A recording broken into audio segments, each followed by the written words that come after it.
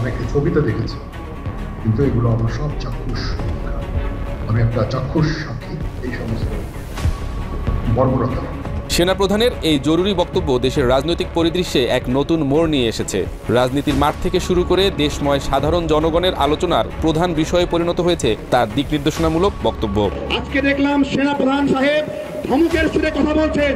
আমার কথা, ধমক দিবেন না। আপনি আওয়ামী কৃষকদেরকে ছেড়ে দিয়েছেন, আপনি ধমক দেওয়াকে আপনি কু করবেন কিন্তু বলবেন না। আপনি দায়িত্ব নেবেন, তারপর 7 মাস ধরে নিষ্ক্রিয় থেকে হঠাৎ ক্যামেরার সামনে এসে বলবেন একা পারবেন না। ওয়াকার যে বিকল্প ক্ষমতা কেন্দ্র কইরা সিসি হইতে চাইতেছে, তার যে খায় সেইটা, আর তার মাধ্যমে হাসিনার আর ইন্ডিয়ার ইন্টারেস্ট পুনর্বাসন করতে চাইতেছে, তা আমি অনেক আগে থেকে বলতেছি। এডিটর সাহেব দেখান আমার ভিডিওর থাম্বনেলগুলো, পাশের তারিখ দিয়ে দিয়েন কত তারিখে এটা দিছি। ওয়াকার সাহেবের বক্তব্যে ফ্যাসিবাদের পুনরুত্থানের লক্ষণ স্পষ্ট। ওয়াকার যা বলছে তার মধ্যে পতিত সরকারের দালালদের রক্ষা করার ইঙ্গিত স্পষ্ট। তর্জনী উঠায় সবাইকে সতর্ক করছে।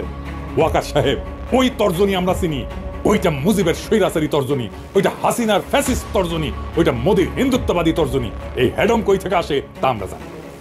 ওয়াকার সাহেব, মেলা সেনা প্রধান আসতে গেছে, ওই চেয়ারে যতদিন ততদিনই হেডম। মাথায় রেখে কথা, এটা কোনো হেডম না। যাদের সাথে খেলতে আসতেছেন তাদের হেডম চেয়ারের উপরে না, তাদের হেডম রাস্তায় জনতার শক্তিতে। আসেন এটা এটা করে ধরি। ডিভাইড অ্যান্ড রুল পলিসি চলছে। আমরা এই বিষয়টায় সকল দায়িত্বশীল মহলকে বিডিআরের এই কঠিনতম সময়ে, যখন আমরা 5ই আগস্টের পরে একটি ন্যায় বিচারের প্রত্যাশা করছি, সেই সময় ন্যায় বিচারকে বিঘ্নিত করার জন্য নানানভাবে ষড়যন্ত্র করা হচ্ছে। বিডিআর পরিবারের পক্ষ থেকে সকল দায়িত্বশীল গণপ্রজাতন্ত্রী বাংলাদেশ সরকারের যে যেখানে আছেন, বিডিআরের ব্যাপারে যদি কথা বলবেন দায়িত্ব নিয়ে সহমর্মিতার সাথে সত্য বলবেন, এটা আমরা আশা করি। বিডিআর হত্যাকাণ্ড কোনো হত্যাকাণ্ড ছিল, এটা পরিকল্পিত একটি হত্যাকাণ্ড ছিল, যেখানে শেখ হাসিনা সরাসরি জড়িত। আসসালামু আলাইকুম দর্শক, নতুন একটা নিউজে আপনাকে স্বাগতম। প্রিয় দর্শক, সেনাপ্রধানের নতুন বার্তায় ওলটপালট রাজনীতির মাঠ। সেনাপ্রধানের বক্তব্য নিয়ে তুমুল বিতর্ক। সেনাপ্রধানের মুখোশ খুলে দিয়ে পিনাকি ভট্টাচার্যের চাঞ্চল্যকর তথ্য ফাঁস করে দেওয়ার ঘটনা ও প্রেক্ষাপট নিয়ে করা আমাদের আজকের ভিডিওটি খুবই গুরুত্বপূর্ণ। ভিডিওটি শুরু থেকে শেষ পর্যন্ত ধৈর্য সহকারে দেখে একটি লাইক দিয়ে সবাইকে শেয়ার করে দিন। আমাদের চ্যানেলে নতুন হলে চ্যানেলটি সাবস্ক্রাইব করে পাশে থাকা বেল আইকনে ক্লিক করে রাখুন। আমাদের ভিডিওটি আপনি বাংলাদেশের কোন জেলায় বসে দেখছেন বা শুনছেন সেটি অবশ্যই কমেন্ট বক্সে কমেন্ট করে জানিয়ে দিতে ভুলবেন না। চলুন আর কথা। ওয়াকার যে বিকল্প ক্ষমতা কেন্দ্র কইরা সিসি হইতে চাইতেছে, তার যে খায় সেইটা, আর তার মাধ্যমে হাসিনার আর ইন্ডিয়ার ইন্টারেস্ট পুনর্বাসন করতে চাইতেছে, তা আমি অনেক আগে থেকে বলতেছি। এডিটর সাহেব দেখান আমার ভিডিওর থাম্বনেলগুলো, পাশের তারিখ দিয়ে দিয়েন কত তারিখে এটা দিছি। ওয়াকার সাহেবের বক্তব্যে ফ্যাসিবাদের পুনরুত্থানের লক্ষণ স্পষ্ট। ওয়াকার যা বলছে তার মধ্যে পতিত সরকারের দালালদের রক্ষা করার ইঙ্গিত স্পষ্ট।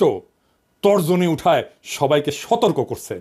ওয়াকার সাহেব, ওই তর্জনী আমরা চিনি, ওইটা মুজিবের স্বৈরাচারী তর্জনী, ওইটা হাসিনার ফ্যাসিস্ট তর্জনী, ওইটা মোদির হিন্দুত্ববাদী তর্জনী। এই হেডম কই থেকে আসে তা আমরা জানি। ওয়াকার সাহেব, মেলা সেনা প্রধান আসতে গেছে, ওই চেয়ারে যতদিন ততদিনই হেডম। মাথায় রেখেন কথাটা, এটা কোনো হেডম না। যাদের সাথে খেলতে আসতেছেন তাদের হেডম চেয়ারের উপরে না, তাদের হেডম রাস্তায় জনতার শক্তিতে। আসেন এটা এটা করে ধরি। সেনাবাহিনীর সেনাপ্রধানের প্রতি বিদ্বেষ কেন?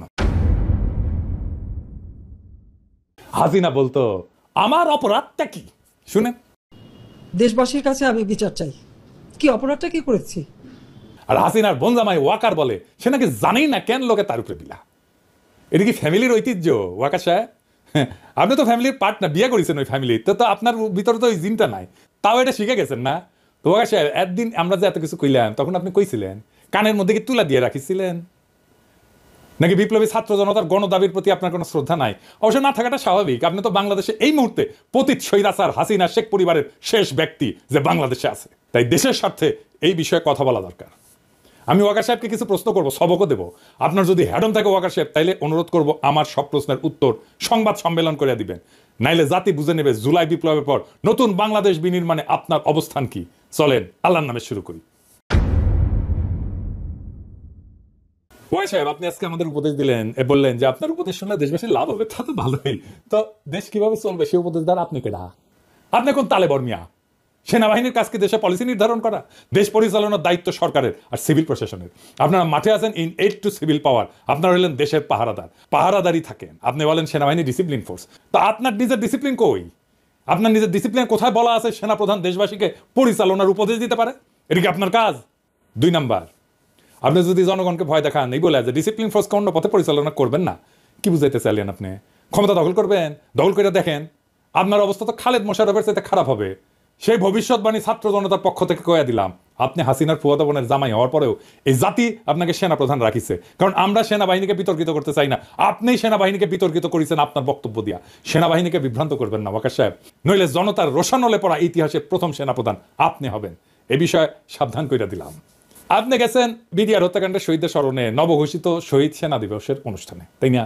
এখানে গিয়ে বলবেন কিভাবে সেনাবাহিনী আগামীতে এরকম ঘৃণ্য হত্যাকাণ্ডের সম্ভাবনাকে প্রতিহত করবে।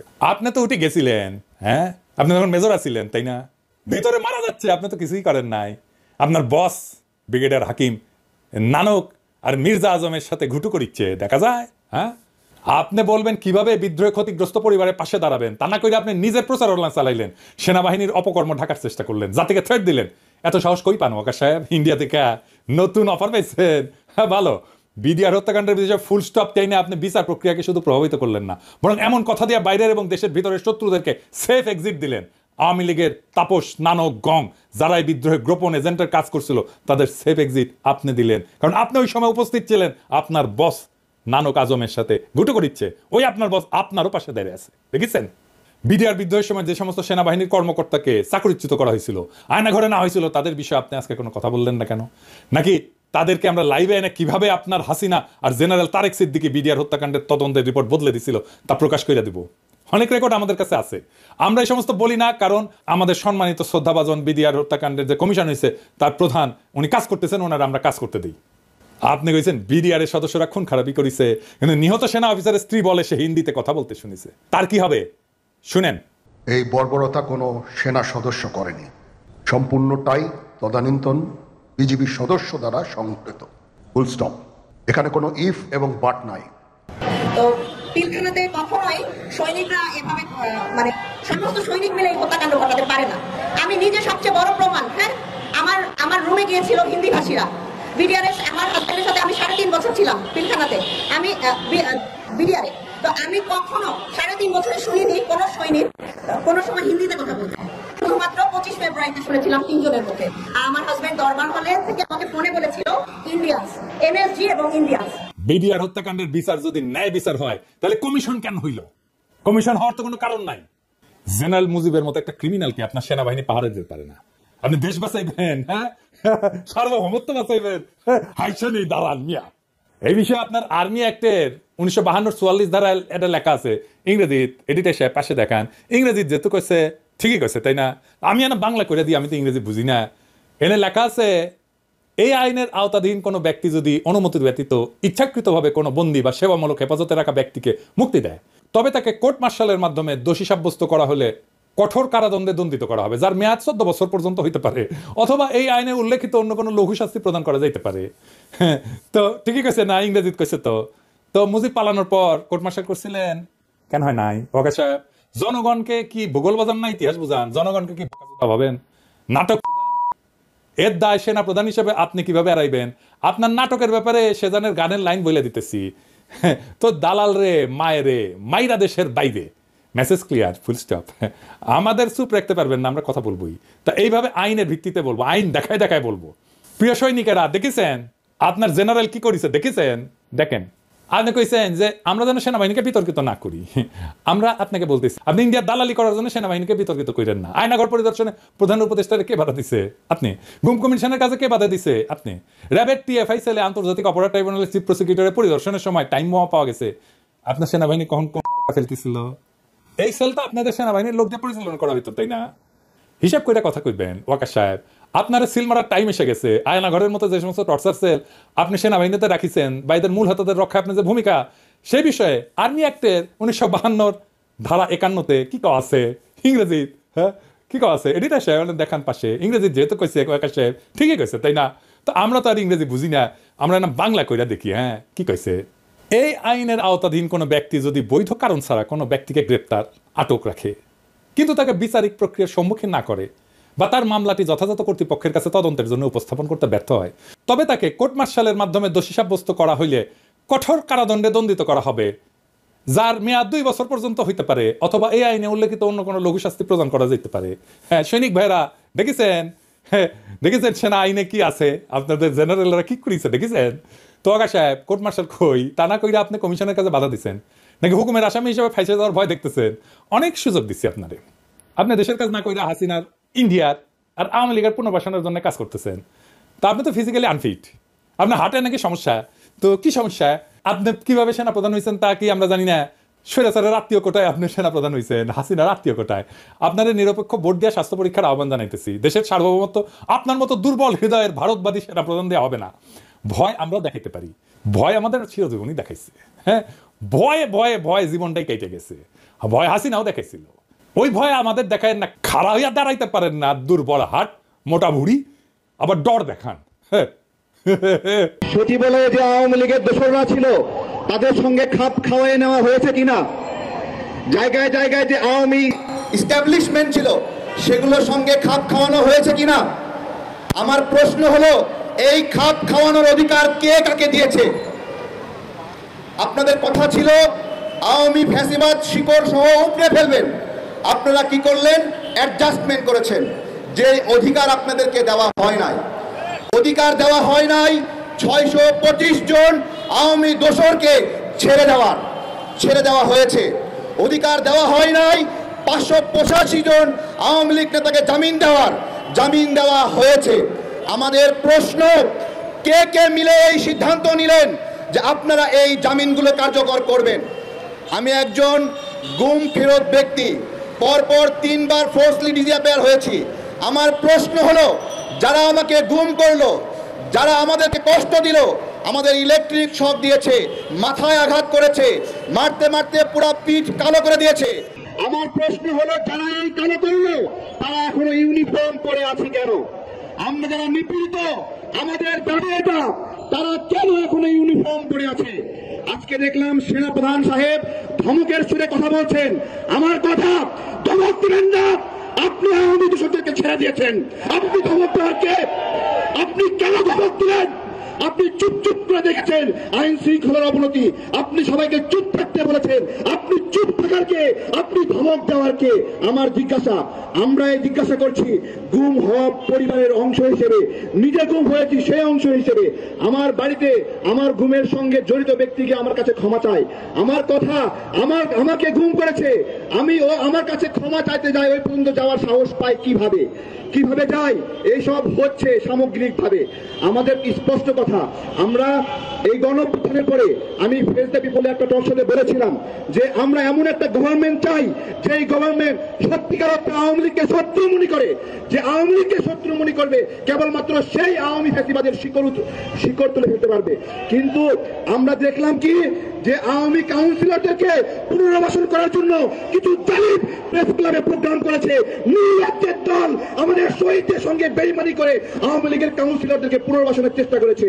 এই কয়েক মাসে আমরা সব সহ্য করেছি, আমরা চুপ করে দেখেছি। আমাদের আহত ভাইরা এখানে এসে প্রোগ্রাম করে, আমাদের কাছে খবর আছে, আমরা দেখেছি যারা স্প্রিন্টার ঢুকেছে তাদের শরীরে রাবার বুলেট ঢুকেছে, স্প্রিন্টার ঢুকেছে। আমার শরীরে কয়েকটা ঢুকেছে, আমি ইসলামী ব্যাংক হাসপাতালে গেছি, ওরা বের করে দিয়েছে। আমি নিজে প্রায় 52 জন 50 জনের স্প্রিন্টার বের করেছি বেসরকারি তত্ত্বাবধানে। অথচ সরকারি তত্ত্বাবধানে একটা ডক্টর একটা আহতের কাছ থেকে স্প্রিন্টার বের করেছে এখন উদাহরণ দিতে পারবে না। ওদের কাছে স্প্রিন্টার রুগী নিয়ে গেলেই বলে এগুলো শরীরের মধ্যে থাকলে কোনো সমস্যা হয় না। তুমি সিদ্ধান্ত নেওয়ার কে? শরীরের মধ্যে থাকলে সমস্যা হয় না। আমার শরীর থেকে বের হয়েছে, চুলকাচ্ছিল, জ্বালাপোড়া করছিল, আমি বের করেছি, ভালো লাগছে। এইভাবে তারা গাফিলতি করে করে আমাদের আহতদেরকে কষ্ট দিয়েছে। আমরা এখনো বলছি, এখনো সময় রয়েছে, এখনো সঠিক মানুষকে দায়িত্ব দেন। সঠিক মানুষকে দায়িত্ব না দিলে আমাদের গণঅভ্যুত্থান ব্যর্থ হয়ে যাচ্ছে। চারদিকে চাঁদাবাজি, ছিনতাই। সবাইকে আহ্বান, সকল রাজনৈতিক দলকে, বড় বড় রাজনৈতিক স্টেক হোল্ডার, বিএনপি, জামাত, সবার প্রতি আহ্বান যে আপনারা আপনাদের উপর সম্পূর্ণ দায় যাচ্ছে, আপনারা খেয়াল করেন এসব। বড় যত দল তত বড় দায় আপনাদের উচিত এই সকল ছিনতাইকারী চাঁদাবাজি তুলে দেওয়ার জন্য। দেশের শান্তি শৃঙ্খলা রক্ষার দায়িত্ব শুধু সেনাবাহিনীর নয় উল্লেখ করে সেনাপ্রধান বলেছেন যে 2 লক্ষ পুলিশ আছে, বিজিবি আছে, র্যাব আছে, আনসার ভিডিপি আছে, আর তার আছে মাত্র 30,000 সৈন্য। কাজেই এই 30,000 সৈন্য দিয়ে তিনি এই বিরাট ভয়েড বা শূন্যতা কিভাবে পূরণ করবেন? কিন্তু সেনাপ্রধান, পুলিশ তো নাই। পুলিশের 650 থানা, 450-র বেশি থানায় হামলা, লুট, আগুন দেওয়া হয়েছে 5ই আগস্টের পর, যখন আপনি ক্যামেরার সামনে দাঁড়িয়ে জাতির উদ্দেশ্যে বলেছিলেন আপনি আমাদের জানমালের দায়িত্ব নিয়েছেন। 2 লাখ পুলিশের কতজন এরপর এখন পর্যন্ত চাকরিতে ফিরে এসেছে সে কথাও কিন্তু আমরা জানি না। সেনাপ্রধান এখন খুব হয়রান হয়ে গেছেন। মঙ্গলবার পিলখানা হত্যা দিবসে নিহত সেনা সদস্যদের স্মরণে এক অনুষ্ঠানে বক্তৃতা করার সময় তিনি সে কথা একরকম স্পষ্ট করেই বললেন। অথচ 5ই আগস্ট সেনাপ্রধানের মনে হয়নি যে শুধু তার সেনাবাহিনী দিয়ে তিনি আমাদের জানমাল রক্ষা করতে পারবেন না। জাতিসংঘ প্রতিবেদন লিখছে 5 তারিখেও সেনাবাহিনী যখন সারা দেশে নিষ্ক্রিয় এবং সকাল থেকেই বিক্ষোভকারীদের ঢুকতে দিচ্ছে ঢাকায়, সারা দেশের পুলিশ বিকাল পর্যন্ত জানতেই পারেনি যে সরকারের পতন হয়ে গেছে এবং তাদের আর জনতাকে প্রতিরোধ করতে হবে না। সেনাপ্রধানের 5ই আগস্ট মনে হয় নাই যে সারা দেশে সেনাবাহিনীর সক্রিয় উপস্থিতি দিয়ে এবং শেখ হাসিনার পতনের খবর দিয়ে সিভিলিয়ান বাহিনী পুলিশকে আনুষ্ঠানিকভাবে সারা দেশে জনতা প্রতিরোধের ডিউটি থেকে সাথে সাথে তুলে নেওয়া দরকার ছিল। সেনাপ্রধানের মনে হয় নাই যে অত্যন্ত প্রয়োজনীয় ছিল 5ই আগস্ট থেকে ক্ষোভ প্রকাশের নামে সারা দেশে 450-র বেশি থানা ভেঙে চুরে পুড়িয়ে পুলিশ মেরে ঝুলিয়ে রেখে পুলিশের লাশে আগুন দিয়ে একটা 2 লাখ সদস্যের বাহিনীর সকল কার্যকারিতা, তাদের সরঞ্জামাদি অস্ত্রশস্ত্র লুটপাট হয়ে যাওয়ার পর এবং মনোবল শেষ করে দেওয়ার পর দেশের আইন শৃঙ্খলা পরিস্থিতি স্বাভাবিক করা যে তার একার কাজ নয়। বিশেষ করে যেই বাহিনী 3 তারিখ থেকেই জাতিসংঘে তাদের চাকরি রক্ষা করতে নিষ্ক্রিয় থাকার সিদ্ধান্ত নিয়েছে, সে বাহিনী দিয়ে তা বোধহয় সেনাপ্রধানের 5ই আগস্টেই বুঝবার কথা ছিল। সেনাবাহিনী কু করবে, তারপর কু শেষে সেনাপ্রধান এসে জানমালের দায়িত্ব নেবেন ক্যামেরার সামনে দাঁড়িয়ে মুখের কথায়, কিন্তু তিনি বা তার সৈন্যরা কোথাও কোনো অরাজকতা থামাতে সক্রিয় হবেন না 7 মাসের মধ্যে। সিভিলিয়ান মানুষ আর সিভিলিয়ান বাহিনী মারামারি কাটাকাটি হানাহানি করে মরবেন, আর সেনাপ্রধান 7 মাস পরে এক অনুষ্ঠানে এসে বলবেন যে পরে বলবেন না আমি আপনাদের সতর্ক করি নাই। আসল কথা পরে আর আগে আবার কি? সেনাপ্রধান তো জাতিসংঘের চাকরি হারানোর ভয়ে কু যে করেছেন সেটাই এখনো মুখ ফুটে বলতে পারছেন না। জাতিসংঘ প্রতিবেদনে স্পষ্ট এসেছে যে জাতিসংঘ সতর্ক করবার পর যে সেনাবাহিনী যদি বিক্ষোভ দমনে গুলি চালায় তাহলে তাদেরকে হয়তো আর শান্তিরক্ষী মিশনে নেওয়া হবে না, এমন সতর্কবাণী আসবার কারণেই হয়তো সেনা সদর দফতরে 3 তারিখেই সিদ্ধান্ত নেওয়া হয়েছিল যে সেনাবাহিনী নিষ্ক্রিয় থাকবে। এখন সে সময়কার ছাত্র আন্দোলনের নানা জনের ফেসবুক পোস্টে পরিষ্কার যে 3 তারিখেই ছাত্র শিবির নেতা সাদিক কায়েম ডক্টর ইউনূসের অন্তর্বর্তীকালীন সরকারের প্রধান হওয়ার বিষয়টি চূড়ান্ত করেন। আর 3 তারিখেই শেখ হাসিনার পদত্যাগ অর্থাৎ 1 দফা 1 দাবি ঘোষণা করা হয় শহীদ মিনার থেকে।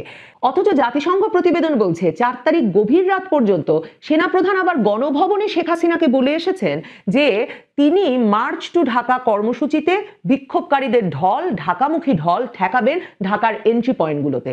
অথচ 5 তারিখ সকাল থেকে উনার বাহিনী নিষ্ক্রিয় থাকে ঢাকার মুখগুলোতে, মানুষের ঢল ঢুকতে দেয় ঢাকায়। সেনাপ্রধান একদিকে ভারতীয় সেনাপ্রধানের সঙ্গে কথা বলে শেখ হাসিনাকে সেখানে পাঠানোর ব্যবস্থা করেন, অন্যদিকে রাজনৈতিক দলগুলোর সাথে বসেন ইন্টারিম গভর্নমেন্ট গঠন নিয়ে আলোচনায়, যে আলোচনায় দুপুর 3টার সময় জাতির উদ্দেশ্যে বক্তৃতা দেওয়ার আগেই তিনি সেনা সদর দফতরে জড়ো করে ফেলেছেন জামায়াতের আমির আসিফ নজরুল থেকে হেফাজতে ইসলামের মামুনুল হক কিংবা জোনায়েদ সাকিকে। ভাবার কোনো কারণ বোধহয় নেই যে শেখ হাসিনাকে হেলিকপ্টারে তুলে দেওয়ার পর তিনি এই বিভিন্নমুখী রাজনৈতিক নেতৃবৃন্দের সঙ্গে আর সুশীল সমাজের প্রতিনিধি হিসেবে ডক্টর আসিফ নজরুলের সঙ্গে যোগাযোগ শুরু করেছিলেন। তবে হানাহানি মারামারি সেনাপ্রধান বন্ধ করতে না পারলেও ডক্টর ইউনূসকে যে উনি এনে সরকারে বসার ব্যবস্থা করে দিয়েছেন 18 মাসের মধ্যে একটা নির্বাচন অনুষ্ঠান করবার জন্য, সে কথা কাল সেনাপ্রধান তার বক্তব্যে একরকম পরিষ্কার করেছেন। ইউনূস সরকারের যেহেতু কোনো সাংবিধানিক ভিত্তি নেই, আমি জানি না সে কারণেই কিনা, এবং তাই তার প্রধান উপদেষ্টা পদ বা সরকারের পদমর্যাদার ক্রম বা ওয়ারেন্ট অফ প্রেসিডেন্সে তার অবস্থান সেনাপ্রধানের অনেক ওপরে, এগুলো মানেন না বলেই কিনা জানি না সেনাপ্রধান সরাসরি ডক্টর ইউনূসকে ডক্টর ইউনূস হিসেবেই তার নাম উল্লেখ করেন এবং বলেন আমরা দেশে একটা ফ্রি, ফেয়ার অ্যান্ড ইনক্লুসিভ ইলেকশনের জন্য ধাবিত হচ্ছি। তার আগে যেসব সংস্কার করা প্রয়োজন অবশ্যই সরকার এদিকে হেল্প করবে। সরকার তার মানে সেনাবাহিনীর নির্বাচন অনুষ্ঠানের প্রতিশ্রুতি রক্ষার জন্য সহায়তা করছে মাত্র। সেনাপ্রধান ভাবছেন নির্বাচন অনুষ্ঠানে তাদের হেল্প করাই ডক্টর ইউনূসের একমাত্র অ্যাসাইনমেন্ট। এ প্রসঙ্গে সেনাপ্রধান আরও বলেন, আমি যতবারই ডক্টর ইউনূসের সঙ্গে কথা বলেছি he completely agrees with me. Doctor Yunus সেনাপ্রধানের সঙ্গে সম্পূর্ণ একমত হয়েছেন যে there should be free, fair and inclusive election, মানে অবাধ, সুষ্ঠু এবং অন্তর্ভুক্তিমূলক ইলেকশন হওয়া উচিত। এখন এই অন্তর্ভুক্তিমূলক ইলেকশনে কি আওয়ামী লীগ অংশ নিতে পারবে, সেটা অবশ্য সেনাপ্রধান গতকাল পরিষ্কার করেননি। তিনি যা বলেছেন সেখানে যদি আবার ফিরে যায়, সেনাপ্রধান বলছেন and that election should be within December, সেই নির্বাচনটি হতে হবে ডিসেম্বরের মধ্যে, অথবা তার ভাষায় যেটা আমি প্রথমেই বলেছিলাম যে 18 মাসের মধ্যে একটা ইলেকশন। তার মানে ডক্টর ইউনূসকে সরকারে বসানোর আগেই তিনি বলে দিয়েছিলেন যে 18 মাসের মধ্যে নির্বাচন দিতে হবে, এবং সেনাপ্রধান বলছেন তার মনে হচ্ছে সরকার সেদিকেই ধাবিত হচ্ছে। হয়রান সেনাপ্রধান অবশ্য বলেন নাই যে হানাহানি, মারামারি, কাটাকাটি বন্ধ না করা গেলে এই দায়িত্ব উনি বা কেউ না নিলে, মানে সেনাপ্রধান তো দুহাত তুলে বলেই দিয়েছেন যে তার পক্ষে এই হানাহানি, মারামারি, কাটাকাটি বন্ধ করা সম্ভব নয়, তাহলে নির্বাচনটা কি করে হবে? অন্যদিকে মবের লুটপাটের অধিকার রক্ষায় তার সেনাবাহিনী ডেভিল হান্ট পরিচালনা করতে থাকছে। কিভাবে দেশে নির্বাচনের প্রয়োজনীয় পরিবেশ তাহলে তৈরি হবে? আমরা যদি সেনাপ্রধান আমাদের 5ই আগস্ট উনার উপর যে ভরসা করতে বলেছিলেন তার দিকে তাকাই, এবং তারপর গত 7 মাসের পরিস্থিতির দিকে তাকাই, তাহলে দেখব আগুন দেওয়া, লুটপাট করা, রামদা নিয়ে ঘোরা, গলা কেটে হত্যা, অস্ত্রের প্রদর্শন, এসবই বাংলাদেশে একটা স্বাভাবিকীকরণ করা হয়ে গেছে। আরো স্বাভাবিক হয়েছে পুলিশ পেটানো, পুলিশ মারা, আর মবের সামনে, দলের সামনে সেনাবাহিনীর নিষ্ক্রিয় থাকা এবং লেজ গুটিয়ে পালিয়ে আসা। সেনাবাহিনীর অপারেশন ডেভিল হান্ট যে মববাজি, অপরাধ এবং অরাজকতা দমনে করা হচ্ছে না, বরং সারা দেশে আওয়ামী লীগ আর তথাকথিত ফ্যাসিস্টের দোসর দমনে হচ্ছে, সেটাও তো পরিষ্কার। সেনাপ্রধান কাল একরকম অভিমান করেই যেন বলেছেন যে তিনি একটা কমন জিনিস দেখতে পাচ্ছেন, সেনাবাহিনী এবং সেনাপ্রধানের প্রতি বিদ্বেষ কারো কারো, এবং তিনি বলছেন তিনি আজ পর্যন্ত খুঁজে পান নাই যে ঠিক কী কারণে এই বিদ্বেষ। দেখেন, আপনি কু করবেন কিন্তু বলবেন না, আপনি দায়িত্ব নেবেন, তারপর 7 মাস ধরে নিষ্ক্রিয় থেকে হঠাৎ ক্যামেরার সামনে এসে বলবেন একা পারবেন না। আপনি বলবেন ডক্টর ইউনূসকে বলে দিয়েছেন 18 মাসের মধ্যে নির্বাচন, অথচ তারা নির্বাচনের কোনো তারিখ দেবেন না। দল গড়া, সংস্কার সহ নানা খেলা খেলতে থাকবেন, আর দেশে ভয়ের রাজত্ব, ত্রাসের রাজত্ব কায়েম হবে। তাহলে শান্তি রক্ষায় জাতিসংঘ জয়ী সেনাবাহিনী, সেনাপ্রধান কিংবা তাদের পছন্দের শান্তিতে নোবেল প্রধান উপদেষ্টা, এদের আমরা প্রশংসা করি কি করে? এদিকে বিএনপি নেতাকর্মীদের যে নির্দেশনা দিলেন খালেদা জিয়া, আগামী জাতীয় নির্বাচন সাফল্যের জন্য ঐক্যবদ্ধভাবে কাজ করতে নেতাকর্মীদের নির্দেশনা দিয়েছেন বিএনপি চেয়ারপারসন বেগম খালেদা জিয়া। আজ বৃহস্পতিবার রাজধানীতে জাতীয় সংসদ ভবনের এলটি হল প্রাঙ্গণে আয়োজিত দলের বর্ধিত সভায় ভার্চুয়ালি উপস্থিত হয়ে তিনি এই নির্দেশনা দেন। খালেদা জিয়া বলেন, আমি চিকিৎসার কারণে যুক্তরাজ্যে অবস্থান করলেও সবসময় আপনাদের পাশেই আছি। আমি বিশ্বাস করি আপনারা শহীদ প্রেসিডেন্ট জিয়াউর রহমানের আদর্শে আরো উজ্জীবিত হয়ে আগামী জাতীয় নির্বাচন সাফল্যের জন্য ঐক্যবদ্ধভাবে কাজ করবেন। এমন কোনো কাজ করবেন না যাতে আপনাদের এতদিনের সংগ্রাম, আত্মত্যাগ বিফলে যায়। আমাদের সবসময় শহীদ প্রেসিডেন্ট জিয়াউর রহমানের সেই উক্তি মনে রাখা দরকার, ব্যক্তির চেয়ে দল বড়, দলের চেয়ে দেশ। বিএনপি চেয়ারপারসন বলেন, দীর্ঘ 6 বছর পর আপনারা আবার একসাথে ফ্যাসিস্ট মুক্ত বাংলাদেশে একত্রিত হতে পেরেছেন, সেজন্য আল্লাহর কাছে হাজার শুকরিয়া আদায় করছি। ফ্যাসিবাদ বিরোধী সংগ্রামে যারা শহীদ হয়েছেন এবং সম্প্রতি জুলাই আগস্টে ফ্যাসিবাদী শাসকদের নির্মম ভয়াবহ দমননীতির কারণে গণহত্যায় যারা শহীদ হয়েছেন তাদের প্রতি আমি শ্রদ্ধা জানাচ্ছি। যারা আহত হয়েছেন তাদের প্রতি জানাচ্ছি আন্তরিক সমবেদনা। দেশের স্বার্থে সবাইকে কাজ করার আহ্বান জানিয়ে খালেদা জিয়া বলেন, বাংলাদেশের সর্বস্তরের মানুষ, বিশেষ করে তরুণ সমাজ আজ এক ইতিবাচক গণতান্ত্রিক পরিবর্তনের জন্য উন্মুখ হয়ে আছে। ক্ষুদ্র ক্ষুদ্র সংকীর্ণতা ভুলে দেশ ও জাতির বৃহত্তর স্বার্থে আমাদের কাজ করতে হবে। দেশের শত্রুরা এখনো চক্রান্ত করছে জানিয়ে সাবেক প্রধানমন্ত্রী খালেদা জিয়া বলেন, এখনো ফ্যাসিস্টদের দোসররা এবং বাংলাদেশের শত্রুরা গণ অভ্যুত্থানের মাধ্যমে প্রাপ্ত অর্জনকে নস্যাৎ করার জন্য গভীর চক্রান্তে লিপ্ত রয়েছে। ইস্পাত কঠিন ঐক্যের মাধ্যমে জনগণকে সঙ্গে নিয়ে চক্রান্তকে ব্যর্থ করে দিতে হবে।